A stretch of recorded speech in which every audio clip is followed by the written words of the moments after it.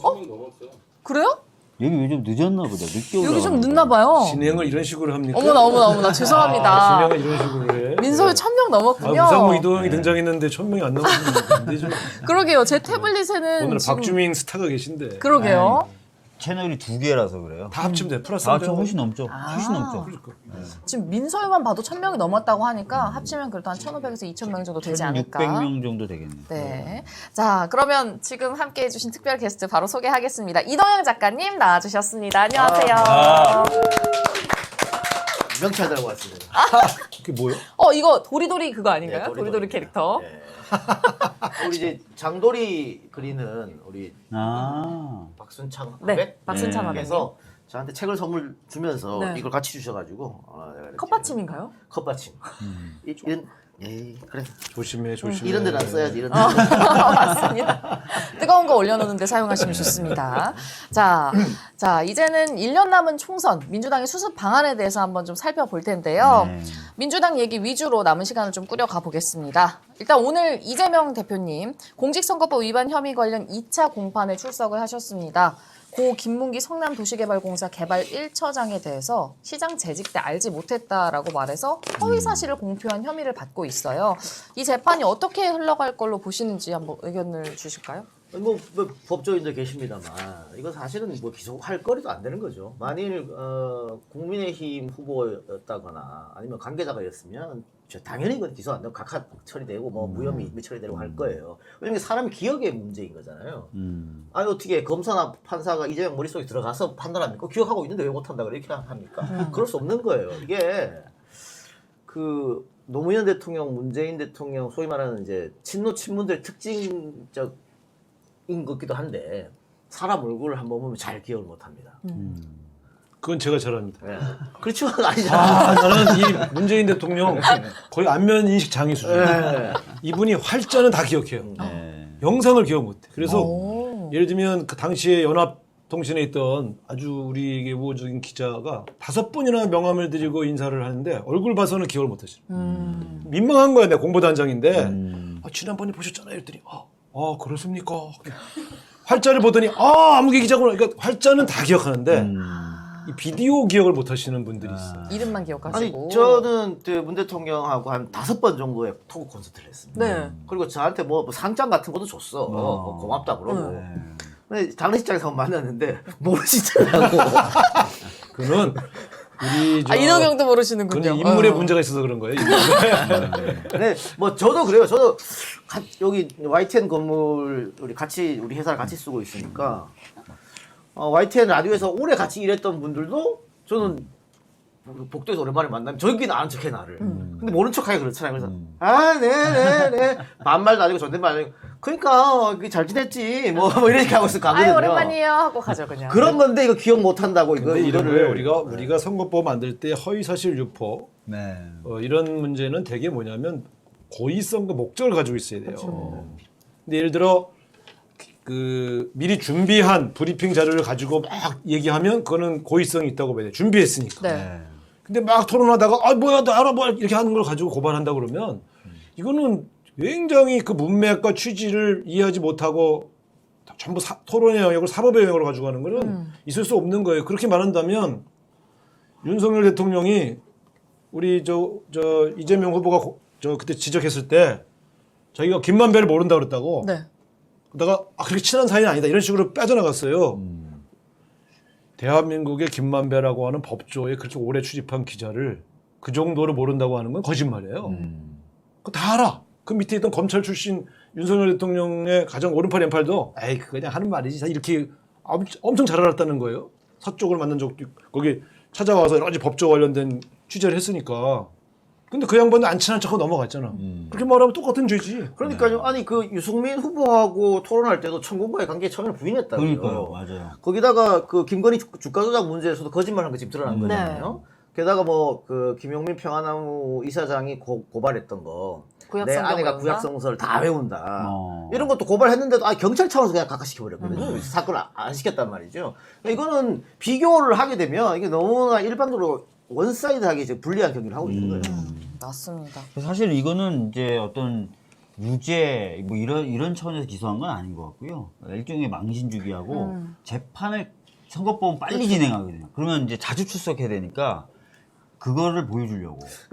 오늘 여러분 언론 보도 많이 보셨겠지만 아까 우리 네 분께서 그 윤석열의 굴욕 외교에 대해서 많이 말씀해 주셨는데 오늘 우리 언론은 굴욕적인 보다는 뭔가 성과를 이루는 것처럼 앞에 일단은 계속해서 그걸 내보내고 새로운 뭐 셔틀 외교가 이루어진다, 새로운 하늘과 복원됐다 이렇게 긍정적으로 쓰고 그 바로 이어가지고 이재명 대표가 이 재판에 갔다 이걸 뭐 헬기 드론까지 띄워가지고 중계하더라고요. 이렇게 망신주기 하는 건데 결국은. 그러니까 사실은 뉴스 가치가 전혀 다른데 저도 오늘 아침에 뉴스 보면서 이상한 게 꼭 일본 외교에 대해서 약간 칭찬성으로 끝나고 바로 또 대표 재판 관련된 동정을 보여주더라고요. 일부러 비교되게끔 바로 위아래로 아니 지금 이 사안에서 지금 이미 2차 공판이고요. 네. 뭐 새로운 사실도 없기 때문에 그렇게 막 신중하게 또 집중적으로 다룰 필요도 없는 뉴스거든요. 예. 상대적으로 좀 이재명 대표가 지금 뭐 안 좋은 상황에 처한 것처럼 보여주려는 의도인 것 같습니다. 그렇죠. 거기다 플러스로 지금 가장 화제가 된 재판, 약간 실수를 금할 수 없었습니다. 유동규 전 본부장, 김용 부원장에게 2억 원을 어떻게 줬냐? 이 전달 과정을 시연을 해봐라. 판사가 이야기를 했더니 시연하는 과정에서 뭐 옷이 이렇게 불뚝 튀어나오고 그 위에 겉옷을 입어도 튀어나오고 이런 과정이 보여졌고요. 방청석에서 웃음이 터져나오는 상황까지 나왔거든요. 근데 박정석에서도 우스꽝스러우니까 네. 그 재판장도 고개를 갸우뚱하면서 그렇게 되면 너무 보이지 않느냐 이렇게 의문을 표했다는 거잖아요. 근데 재판에서 뭐 재판장이 고개를 이번에 오늘 한 3번쯤 갸웃거렸는데 네. 한 번은 이거 그러고 또 한 번은 뇌물을 줬다는 시기가 그 이재명 당시 도지사죠. 그 7월에 대법원 재판이 있었습니다. 선거법에 관련해서. 네. 근데 거기서 1심에서는 무죄, 2심에서는 유죄가 나서 3심에서 최고형 무죄가 났는데 거기서 유죄가 나면 30억 토해내야 되고 정치 인생 끝나는 거고 그냥 아무것도 아니게 되는 거예요. 근데 그 상황에서 그 재판 전에 돈을 경선할 거니까 돈을 달라. 이게 시기적으로 말이 되냐고 재판장이 또 한 번 물었다는 거거든요. 네. 갸웃거렸다는 거거든요. 그럼 유동규가 이제 말이 공색해지니까 우리는 당연히 이길 줄 알았습니다. 뭐 이런 말도 안 되는 얘기를 한 거예요. 재판에 이길 줄 알았다. 그거 봤을 때, 또 쌍방울 이야기를 또 유동규가 꺼냈습니다. 쌍방울 이야기를 꺼내면서 대법원의 판사들을 쌍방울에서 로비하려고 했다. 그럴 때 이 건에 관해서는 재판장이 확 그냥 끊어버렸거든요. 우리가 그 문제에 관해서 우리가 알아서 판단하겠다고 했단 말이에요. 그래서 이번 재판 내용을 보면 이거는 그동안 유동규가 자기가 살라고 했던 여러 가지 언론 플레이와 거짓말들이 하나 이럴 때는 효과가 있을지 모르겠습니다만 이걸 합해서 재판에 가니까 앞뒤가 다 안 맞는 말이 돼버렸더라고요. 네. 그래서 검찰 손에서 요리하게 놔두면 안 되고 어차피 기소할 거면 빨리 재판 전환이 나요. 근데 지금 검찰이 기소를 못 하잖아요. 제가 지금 황당한 게 보면 아니 노웅래 의원 같은 경우도 체포동의안을 보냈는데 부결됐잖아요. 그럼 보통 상례적으로는 수사가 잘 돼 있으면 바로 불구속 기소를 해야 돼요. 네. 아직까지 기소 안 했어요. 그러니까 국회라고 놓은 거야 이게 지금. 지금 이재명 대표를 체포동의안을 내서 구속에 필요성이 있다고 주장했지 않습니까? 예. 그러면 부결되면 바로 기소해야죠. 그럼 잡아놓고 증거를 확보하겠다는 거였어? 뭐였어? 증거를 인멸할 가능성이 때문에. 앞뒤가 안 맞는 거죠. 그러니까 이게 지금 뭐냐면 정부 사법의 정치화, 이재명 망신주기. 여기에 검찰이 완전히 지금은요 어느 정당보다 어느 국회의원보다 검찰의 정치쇼가 너무 심해요. 그래서 저는 지금 보면서 보세요. 지금 말씀하신 것처럼 재판으로 가니까 양쪽의 주장이 왔다 갔다 하니까 결국 그런 우스꽝스러운 거짓말들이 다 드러나잖아요. 마지막에 사법적 판단을 어떻게 할지는 이제 뭐 재판부에 달려 있지만 네. 적어도 국민들이 볼 때 이게 검찰이 발표하고 흘릴 때는 엄청난 범죄를 저지른 줄 알았는데 아니네. 이 정도는 아니잖아. 이런 회의가 번지고 있는 거죠. 그러니까 지금 검찰이 믿고 있는 거는 유동규의 증언밖에 없는 거거든요. 나머지 사람들은 유동규로부터 들었다는 거니까. 네. 유동규의 말의 신빙성이 깨지면 다 깨지는 거니까. 증거는 지금 하나도 못 내놓고 있는 거잖아요, 검찰이. 근데 이게 보면은 브라질 검사들이 룰라 잡아넣을 때랑 똑같습니다. 그때 룰라 잡아넣을 때도 증거가 없으니까 뭘 했어요? 완벽하게 숨겼으니까 증거가 없다고 잡아넣었단 말이에요. 근데 지금은 마찬가지. 지금도 대한민국 검사들은 이재명이 완벽하게 숨겼기 때문에 안 나온다고 생각하는 것 같아요. 그러니까 이게 무리하게 유동규의 증언만 가지고 지금 이렇게 하는 거다. 재판에서 당했다는 걸 봅니다. 브라질은 이제 또 그 수사하고 기소하는 걸 판사가 하는데 네. 그 어떤 권한을 줬냐면 기소하고 뭐 이런 거 양형 이런 거에 대해서 막 깎아주고 할 수 있는 그런 권한이 있었어요. 네. 수사에 협조하면. 그러니까 그렇게 해가지고 진술을 막 받아내서 그 진술로 룰라를 기소해서 날렸거든요. 이 프로그램이 비슷하게 수준이 해가지고. 높네. 막 브라질 사회까지 전 세계를 왔다 갔다 하네. 굉장히 이건 이제 앞으로 세계적이죠? 여기 나오려면 외국 사례를 좀 연구해서 와야 되겠네. 근데 좀 불안한 게 사실 김경수 지사 재판 받을 때도 네. 재판정에서 이렇게 그 당시 특검의 기소가 굉장히 어이없다는 얘기가 계속 됐었는데 이상하게 뭔 얘기하는 게 지금? 되게 좀 불안하다고 그러니까 하셨는데. 마음을 놓으면 안 되고 그러니까요. 그렇지. 잘 계속 살펴봐야 된다. 이 과정만 봤을 예. 때는 말도 안 되는 상황이고 유동규 씨 증언도 왔다 갔다 하지 뭐 다 불명확한 상황이거든요. 그럼에도 불안함을 좀 떨칠 수가 없는 저는 게 이럴 때 네. 중요한 게요. 제가 이제 그 재판부에 있었던 판사들, 재판을 담당했던 판사 출신 변호사들도 가끔 밥 술 먹고 얘기하면 사실은 여론의 항배에도 굉장히 민감하대요. 그럼요. 예. 왜냐면 정치 재판은 네. 그러니까 이럴 때일수록 더불어민주당이 똘똘 뭉쳐가지고 하나로 다 가줘야 네. 그리고 제일 중요한 게 총선 승리를 해야 돼. 총선에서 이기면 정치적으로 저쪽으로 기울어진 판결을 할 수도 있었던 분위기가 이제 또 변화될 수 있는 것이죠. 그래서 저는 우리가 개별 재판에 대해서 여러 가지 얘기하면 계속 불안했다가 희망적이었다 이렇게 될 거 아닙니까? 우리가 할 수 있는 일은 적극적으로 우리 정책 탄압을 받는 우리 당 대표를 중심으로 해서 쫙 어떻게 이걸 뚫고 나갈 거냐. 네. 이런 얘기를 우리 이제 민주당 서울시당 당원들하고 나눠야 되는 거죠. 예. 그렇습니다. 뭐 의원님 말씀처럼 검찰이 증거가 많고 정말 확신에 차고 자신이 있으면 언론 플레이 안 합니다.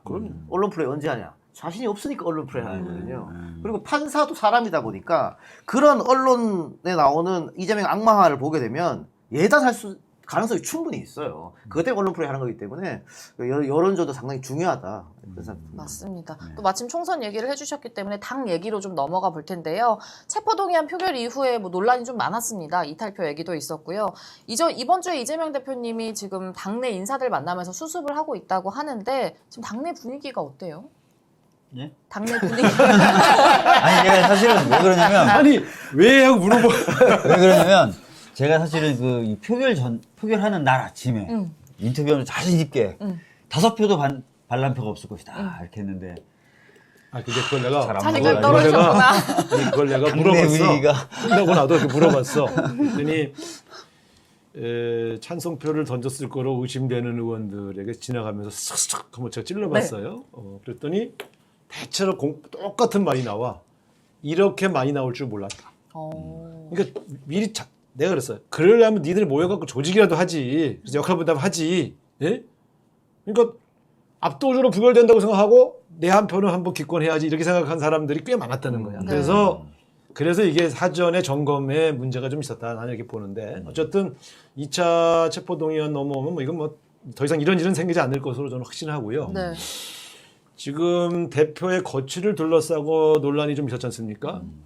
이번 주 중반쯤에 사실은 거의 모든 의원들 모임들이 공개 비공개적으로 모여서 여러 가지 대화를 하고 내부적으로 논의한 결과 적어도 몇몇 개인을 뺀 우리 더불어민주당의 대부분의 의원 모임들은 이재명 대표의 거취 문제는 더 이상 거론하지 않기로 내부적인 의견들을 공감대를 모아놨습니다. 네.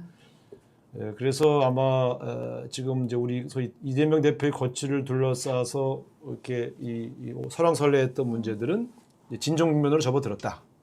물론 몇몇 개인 의원들이 기자가 물어보면 계속 자기 소신을 얘기할 수는 있죠. 한 3명에서 4명. 네. 그러나 그건 그 3명, 4명으로 그치는 문제지 어떤 세력들이 그렇게 올라타서 이재명 대표를 흔들 가능성은 이제 사라졌다. 이렇게 보시면 될 것 같고. 다만 이제 지금 이재명 대표를 중심으로 한 지도부가 이런 국면에서 이제 어떤 타겟책을 내놓을 거냐, 앞으로 어떻게 뚫고 나갈 거냐 하는 것도 지도부가 좀 내놓을 때가 됐죠. 알겠습니다. 근데 뭐 총선 승리를 위한 거니까 결국은. 그렇죠. 뭐 문재인 대통령도 박지원 실장한테 대안이 없으니까 이재명 체제로 가야 되는 거 아니냐 뭐 이렇게 얘기했다고 합니다만은 그 정당에서 그 차기 대권 주자가 없다고 한다면 그 정당은 총선에서 이기기 어렵습니다. 근데 지금 과연 이 대표가 내려왔을 때 대안이 있겠느냐. 그리고 지금 이 정치 스케줄상 지금 내려놓으면 뭐 전당대회를 다시 해야 될 테고, 네? 그렇죠? 말도 안 되는 거. 네. 그리고 뭐 몇몇 의원들이 얘기하는 뭐 질서 있는 퇴진해서 연말에 하면은 비대위 체제로 가겠죠. 비대위 체제로 해서 그러면 당이 총선 승리를 할 수 있느냐? 굉장히 전 회의적이라 봐요. 근데 지금 국민의힘 전당대회가 끝났음에도 불구하고 약간의 어떤 컨벤션 효과가 있었어야 되는데 하나도 없거든요. 끝나고 나서 오히려 계속 마이너스입니다. 지지율 까먹고 있어요. 네. 대부분의 여론조사 해서 지금 일주일간 나오는 거는 MBS하고 갤럽 빼고는 다 뒤집어졌습니다. 그것도 오차 범위 내에 뒤집어졌어요. 민주당이 다 앞서고 있어요.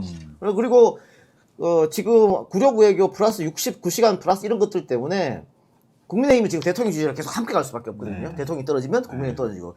저기는 전당대회도 대통령 말 한마디 다 그대로 갔으니까 그런 상황이기 때문에 앞으로 이렇게 가면 민주당 계속 좋아요. 그런데 흔들리지 말고 분란 안 일으키고 또 아까 뭐 재판 이야기도 저희가 했습니다만 조금 있으면은 김용 정진상 이제 구속 연장 여부가 나올 겁니다. 거기서 구속 연장이 안 되거나 혹은 총선 전까지는 충분히 1심 결과가 나오겠죠. 네. 1심에서 무죄가 나온다고 하면 이거 이재명 소위 말하는 이재명 리스크랑은 완전 뒤집어 엎을 수가 있다. 그래 그런 생각을 하면서 당이 좀 하나로 뭉쳐서 일사불란하게 가는 게 중요하지 않겠는가 그런 생각입니다. 네. 지금 민주당이 할 일은 좀 일사불란하게 뭉쳐야 한다 얘기를 해주셨고요. 이 이야기도 해주셔야 될 것 같아요. 총선 공천 관련해서 이탈표의 원인으로 보는 시각이 좀 많은데요. 지금 일단 내년 총선 승리를 위해서 공천 시스템 어떻게 바꿔야 할까요? 근데 그 소위 비주류 의원들은 공천 때문에 반발했다 이렇게 얘기하면 굉장히 불쾌합니다.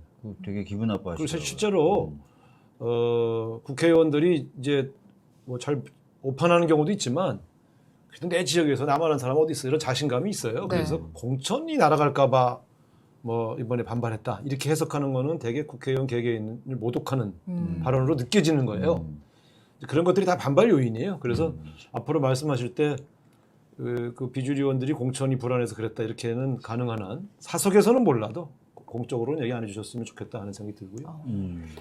그런데 그럼에도 불구하고 공천 TF를 소위 이재명 소위 친명계라고 불려지는 의원들이 아닌 비주류 의원들에게 대거 맡긴 건 아주 잘한 겁니다. 왜냐하면 어쨌든 앞으로 그런 의혹이나 의심을 누가 이간질하려고 부추길 때 아니 더 비주류 의원들에게 이 TF를 맡겼지 않느냐라고 말할 수 있는 명분이 분명히 섰고 그거는 저는 이재명 대표가 상당히 잘했다고 봐요. 그렇게 아예 본인 스스로가 공천을 학살할 생각이 없으니까 네.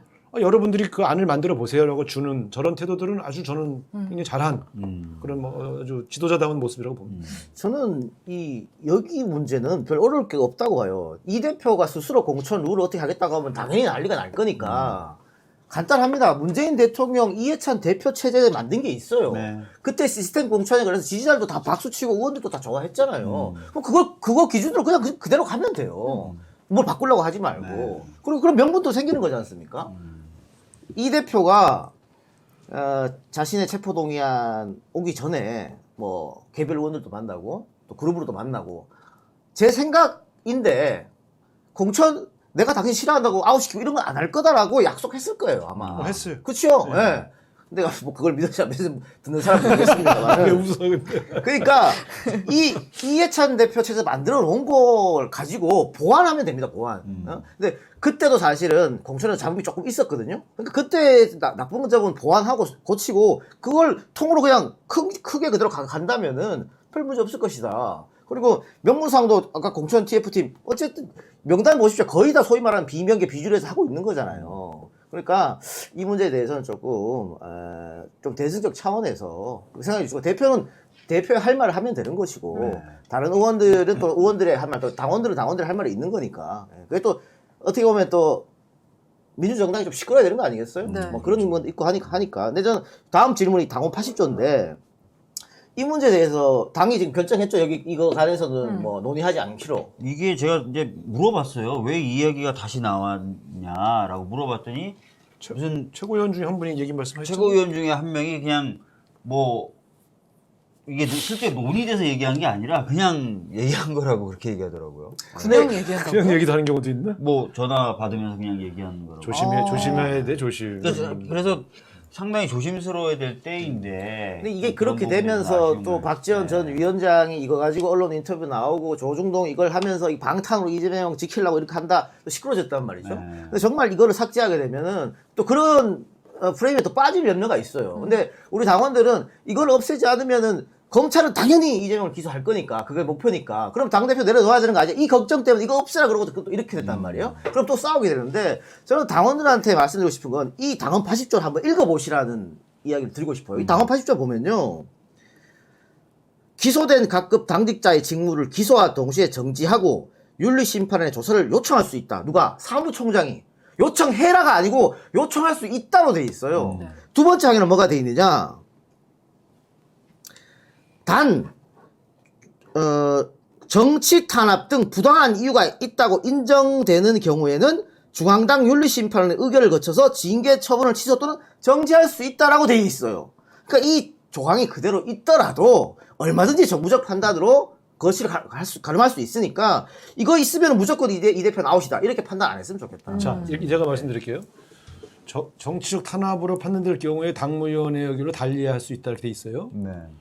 근데 지금 우리는 이미 당무위원회를 열지 않아도 지난번 의원총회에서 이재명 대표에 대한 이 지금 현재 진행되는 수사는 정치 탄압이라고 이미 의총에서 결의를 했어요. 당무위원회를 안 열어도 이미 의총의 결의사항으로 이건 정치 탄압으로 규정하고 규탄대회를 몇 번 했잖아요.